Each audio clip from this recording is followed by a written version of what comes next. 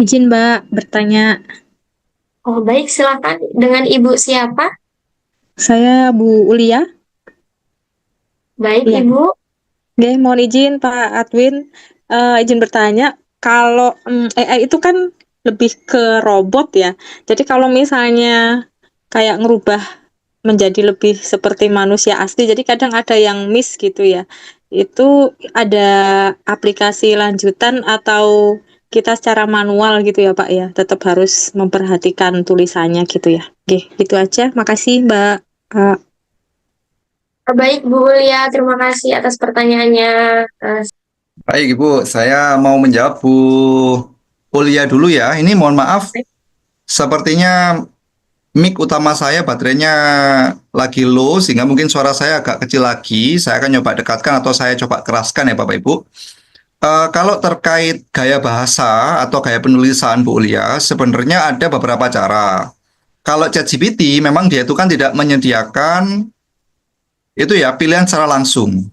Tapi sebenarnya bisa kita minta dia untuk gayanya berubah.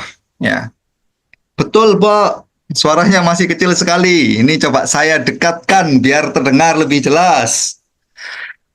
Ya, jadi kalau kita pakai ChatGPT, itu ada dua cara, Bapak Ibu, untuk mengubah gaya bahasa. Cara yang pertama, setelah Bapak Ibu dapat jawabannya, Bapak Ibu bisa tuliskan, tolong rubah dan perbaiki. Jadi kita prompt lagi ya, perbaiki gaya penulisan atau gaya bahasa tadi dengan gaya bahasa. Nah ini baru Bapak Ibu isi, yang seperti apa? Apakah yang formal, apakah yang santai, atau yang seperti apa, begitu ya. Nah misalnya Bapak Ibu mau pakai gaya anak Jaksel, itu bisa Bapak Ibu. Saya kapan hari pernah mencoba ya, bahkan mengcoding ala Jaksel Script. Nah, itu juga sangat bisa ya. Itu bisa kita lakukan dengan cara kita kasih prompt lagi. Yang kedua, cara yang kedua, Bapak Ibu bisa kasih contoh gaya tulisan Bapak Ibu sendiri. Jadi Bapak Ibu kirim satu halaman gaya tulisan Bapak Ibu ya. Terus bilang ke ChatGPT-nya, pelajari gaya bahasa tulisan saya tadi ya. Tolong rubah jawabanmu yang di atas tadi dengan gaya bahasa saya. Nah, atau tambahkan sedikit bahasa daerah daerah mana. Nah, itu bisa begitu. Atau cara lainnya, tadi yang ditanyakan oleh Bu Ulia adalah apakah ada aplikasi lain, maka bisa juga pakai Claude Bapak Ibu ya. Jadi kalau di Claude itu tampilannya seperti demikian, seperti ini ya. Sorry, jadi hilang. Nah, di sini awalnya sudah ada choose style ya. Apakah concise, apakah explanatory, apakah formal, atau bahkan kita bisa meng-create atau mengedit style sendiri, gaya bahasa sendiri ya. Jadi di sini kita bisa kasih contoh-contoh gaya penulisan ya. Apakah dari dokumen-dokumen kita sebelumnya, apakah dari pesan-pesan kita. Lah, nanti bisa disimpan jadinya gaya bahasa Pak Ibu, terus Bapak Ibu masukkan jawaban ChatGPT ke sini, terus kasih prompt, tolong rubah dengan gaya bahasa yang demikian. Nah, itu bisa seperti itu Bapak Ibu. Semoga menjawab. Ya, Baik, saya lanjutkan untuk pertanyaan yang telah ditulis di kolom chat. Ini ada dari, maaf Bapak atau Ibu Mehmet Afgani. Saya mau tanya, aplikasi apa yang bisa digunakan untuk membuat kelas online yang tidak berbayar, aman, dan mudah digunakan? Baik, seperti itu Bapak pertanyaannya. Saya persilakan untuk menjawab.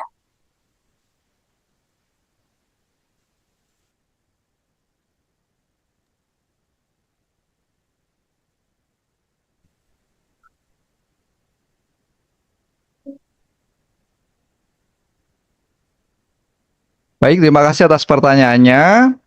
Terkait aplikasi apa yang sudah untuk membuat kelas online ya. Kalau kelas online yang murah, nggak berbayar, bisa digunakan selamanya Google Classroom, Bapak Ibu. Google Classroom itu gratis, semua orang bisa pakai, tidak perlu pakai akun belajar.id ya. Jadi kalau ngomongkan kelas ya, LMS yang paling gratis, yang paling bisa, itu adalah Google Classroom.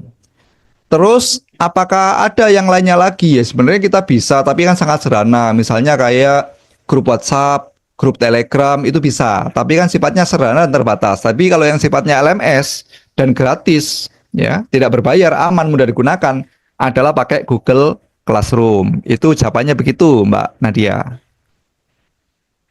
Baik, terima kasih Bapak Adin. Jadi begitu Bapak Mehmet Afghani untuk aplikasi yang free untuk selamanya itu bisa pakai Google Classroom. Terus ini selanjutnya ada pertanyaan dari Ibu Rika, dari Miss Padasuka. Bagaimana memilih media yang cocok di kelas rendah seperti di kelas 1 MI? Seperti itu Bapak. Nah, ini menarik ini. Kalau kelas rendah, ini kan tidak semuanya sudah bisa membaca dengan lancar. Tidak semuanya sudah paham pola-pola tertentu, begitu ya, Bapak Ibu ya. Nah, biasanya sih saya akan mencari aplikasi yang minim tulisannya, lebih banyak interaksi atau dia tinggal pencet saja ya. Nah, kapan hari itu ketika anak saya, satunya TKB, satunya kelas 2 SD, Bapak Ibu, mereka ingin belajar. Si anak saya merasa, ya saya kesulitan untuk pembagian, mau belajar pembagian. Nah, di sini ada dua tools yang bisa kita gunakan, Bapak Ibu. Yang pertama pakai Quizzes AI, yang kedua bisa pakai yang namanya EducaPlay. Ya. Dua-duanya sebenarnya ada versi gratis dan ada versi berbayarnya. Tapi kalau Quizzes AI itu Bapak Ibu bisa pakai gratis kalau pakai akun belajar.id. Ya, jadi kalau Bapak Ibu pakai akun pengajar, akun belajar.id, itu ada Quizzes AI. Itu bisa bikin kuis. Biasanya saya begini, bikinkan soal penjumlahan, begitu ya. 10 soal. Nah, nanti dia bikin, terus dia sudah membuatnya menjadi kuis yang anak itu tinggal mencet-mencet. Kalau EducaPlay itu malah apa namanya? Sifatnya sudah kayak permainan, sudah kayak game ya. Jadi apakah pakai Quizzes atau pakai EducaPlay? Saya coba ketik namanya di kolom chat ya Bapak Ibu ya. Play.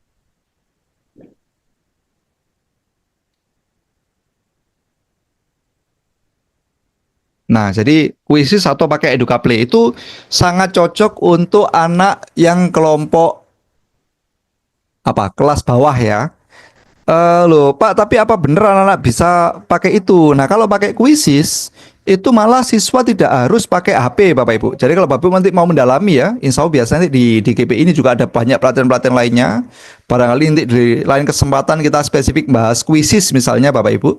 Quizzes itu adalah sebuah tools teknologi untuk melakukan pembelajaran online atau model kuis, tapi siswanya nggak harus pakai HP. Loh Pak Adwin, terus siswanya pakai apa? Pakai kertas. Pakai QR code yang bisa diputar Bapak Ibu. Atas, kanan, kiri, bawah. Jadi itu mewakili ABCD. Nah, jadi yang butuh HP siapa? Gurunya saja ya. Gurunya saja yang butuh HP, siswanya, ayo anak kalau jawab A berarti diarahkan kertasnya ke atas, kalau jawab B diputar ke kanan, kalau jawab C putar lagi ke bawah, lah itu gitu. Nah nanti ketika siswanya sudah jawab, gurunya tinggal nge-scan ya, secara langsung dalam satu kelas itu. Itu pakai Quizzes bisa. Begitu Bapak Ibu. Baik MI, MTS saya rasa cocok itu kalau Quizzes.